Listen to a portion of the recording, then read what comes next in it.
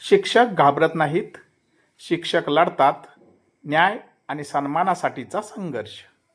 आज राज्यभरातील शिक्षकांच्या मनात एकच प्रश्न घुमतो आहे.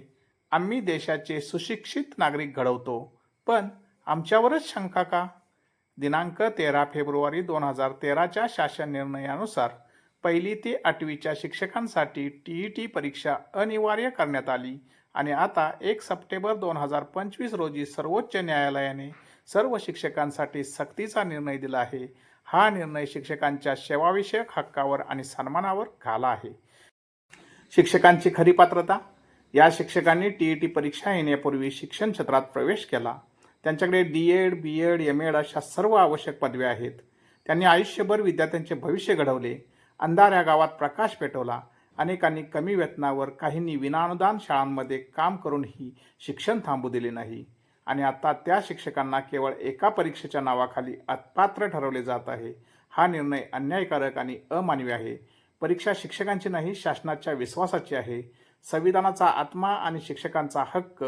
संविधानातील कलम 14 समानतेचा अधिकार आणि कलम 16 रोजगारातील समान संधी स्पष्ट सांगतात की नियम पूर्वलक्षी लागू करून कोणाच्याही नोकरीवर गदा आणता येत नाही.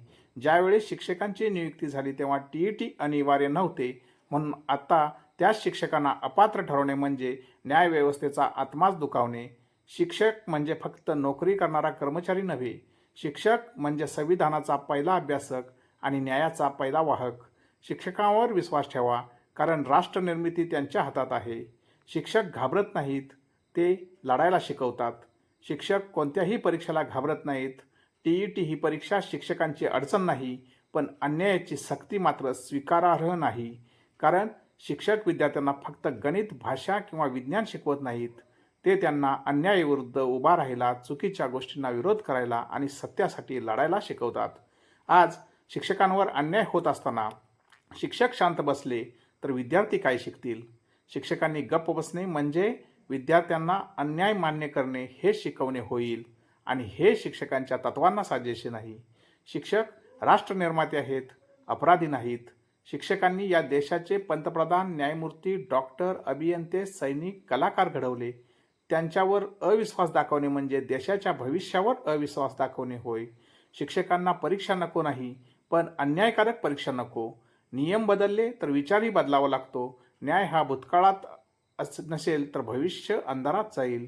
शिक्षकांवरच परीक्षा का? शिक्षक म्हणजे ज्ञानाचा दीपस्तंभ. समाजाच्या प्रत्येक क्षेत्रात यशस्वी व्यक्तिमत्व घडवण्यामागे शिक्षक असतो. तरीसुद्धा आज शिक्षकांनाच अक्षम ठरवून पुन्हा पुन्हा परीक्षेत बसवले जाते. प्रश्न असा आहे, शिक्षकांची पात्रता दाखवण्यासाठी परीक्षा का, आणि तीही वारंवार का? शिक्षण विभाग दरवर्षी नवीन योजना, नवीन उपक्रम आणि नवीन प्रशिक्षण पद्धती लागू करतो. FLN, निपुण, NEP, CCE, वाचन अभियान, गणित मिशन अशी कितीतरी प्रशिक्षण शृंखला शिक्षकांवर वर्षातून 4 ते 5 वेळा घेतली जाते.